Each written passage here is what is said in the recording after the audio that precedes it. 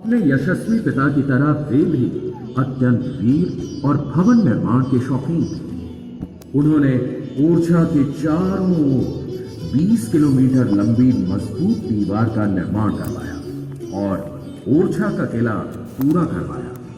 इन सभी निर्माण कार्यों में उनके छोटे भाई मधुकर शाह का भरपूर सहयोग था।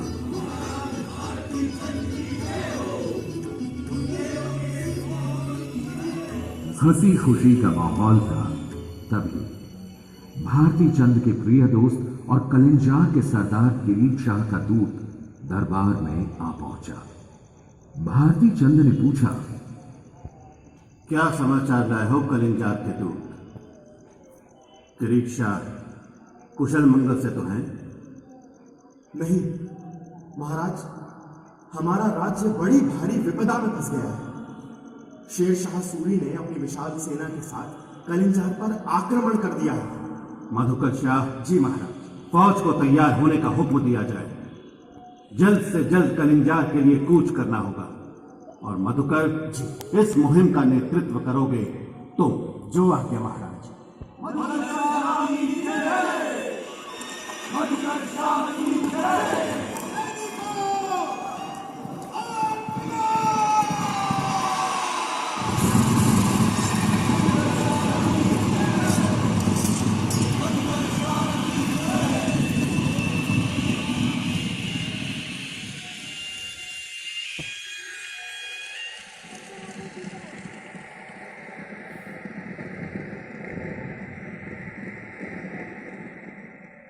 मधुकर शाह जब तक कलिंजार पहुंचे, वहां के किले पर शेरशाह सूरी का कब्जा हो चुका था।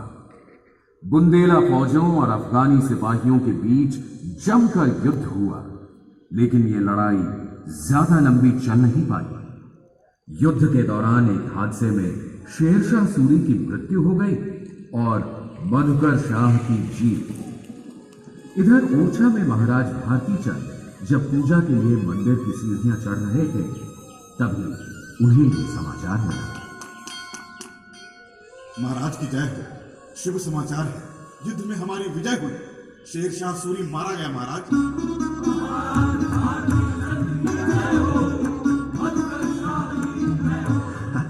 शिखर सिंह का पूरे राज्य में मिठाइयां बांटी, गरीबों और ब्राह्मणों के लिए दान की व्यवस्था की।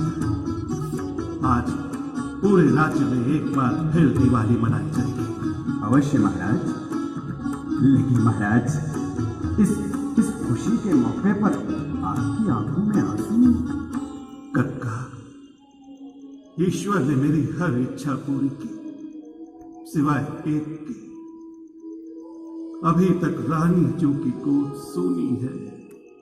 भारती चंद ने तमाम व्रत उपवास किए, मन्नतें मांगी, किंतु महारानी की गोद सूनी ही रही और भारती चंद संतान की लालसा लिए स्वर्ग से भाग गए।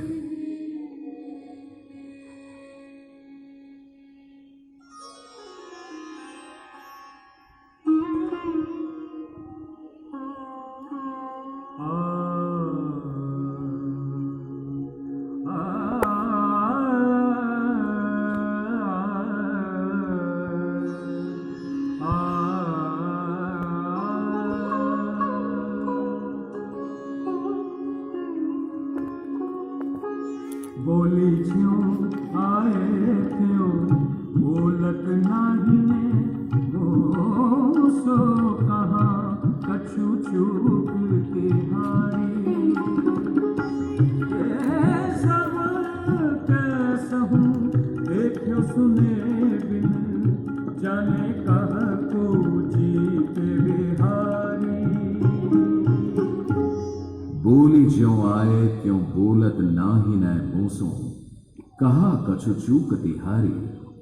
केसव कैसा हूं देखियो सुने बिन जाने कह को जी के बिहारी। सन 1554 में ओरछा की गद्दी पर आसीन हुए भारती चंद के छोटे भाई मधुकर शाह। कृष्ण भक्त महाराज मधुकर शाह की पटरानी थी राम उपासक गणेश कुंवरी उर्फ कमला देवी। मधुकर शाह हर वर्ष वृंदावन की यात्रा पर जरूर जाते और इस वर्ष वो अपनी प्रिय पत्नी के साथ ब्रजधाम की यात्रा पर जाना चाहते थे। पर गणेश कुंवरी की इच्छा तो प्रभु राम के दरबार अयोध्या जाने की थी और इस बात पर मधुकर शाह नाराज हो गए।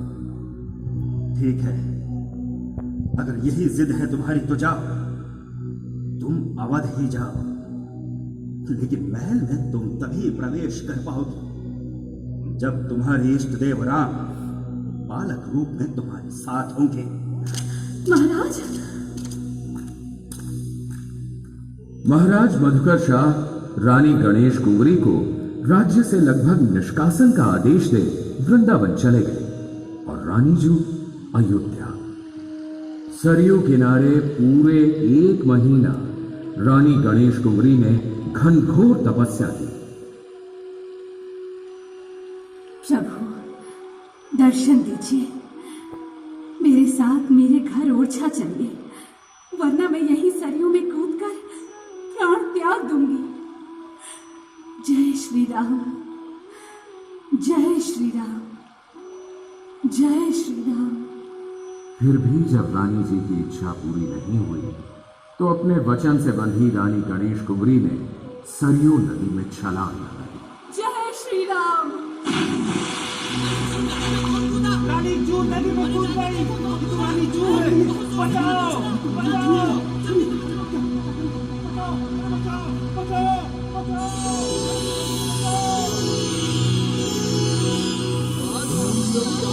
चमत्कार हो गया, चमत्कार हो गया। बाल रूप प्रभु राम प्रकट हुए हैं और रानी जू की गोद में आ बैठे हैं। गणेश कुंवरी की तपस्या सफल हुई।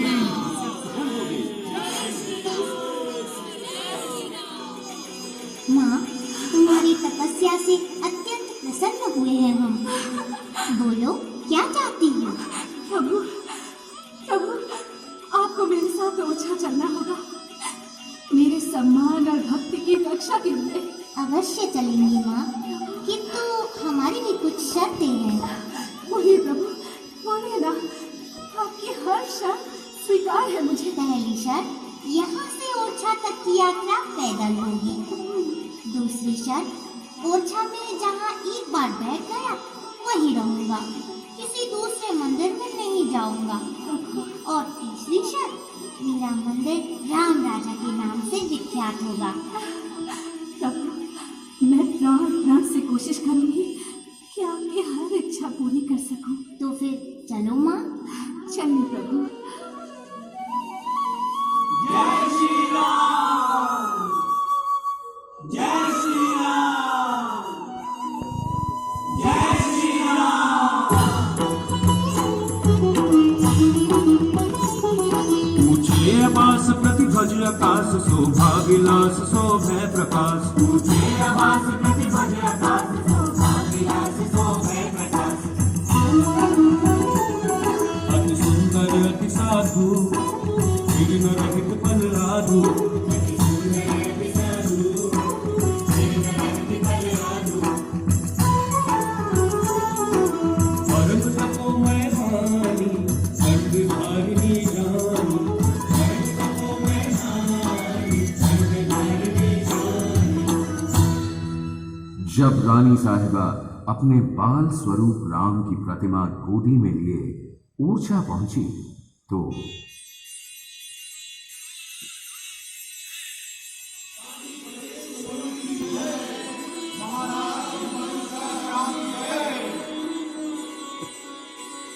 प्रणाम महाराज।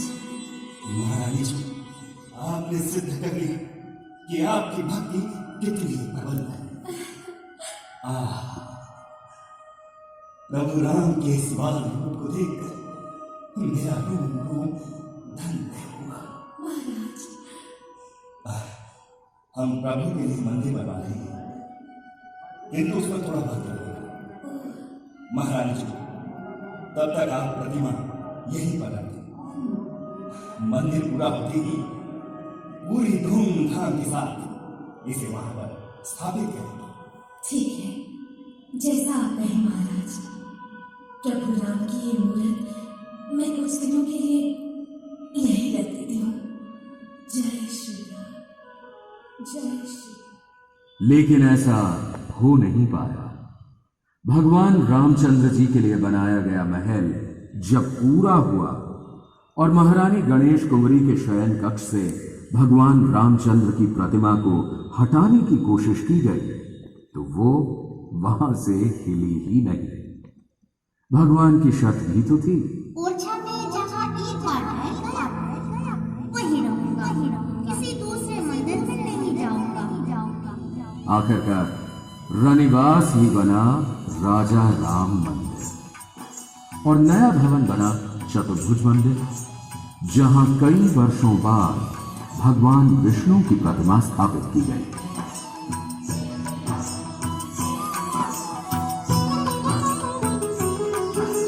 जगव्यापक राजा राम के दो निवास देखा, दिवस ओरछा में प्रकट शाम अयोध्या जगव्यापक राजा राम के दो निवास देखा, दिवस ओरछा में प्रकट शाम अयोध्या। अपनी 6 रानियों से मधुकर शाह के 8 बेटे हुए। उनकी मृत्यु के बाद ओरछा राज्य 8 टुकड़ों में बंट गया। ओरछा बड़े बेटे रामशाह के हिस्से में आया, लेकिन बुंदेल साम्राज्य और ओरछा की तरक्की का सेहरा तो बंधना था मधुकर शाह के तीसरे बेटे वीर सिंह देव के सिर।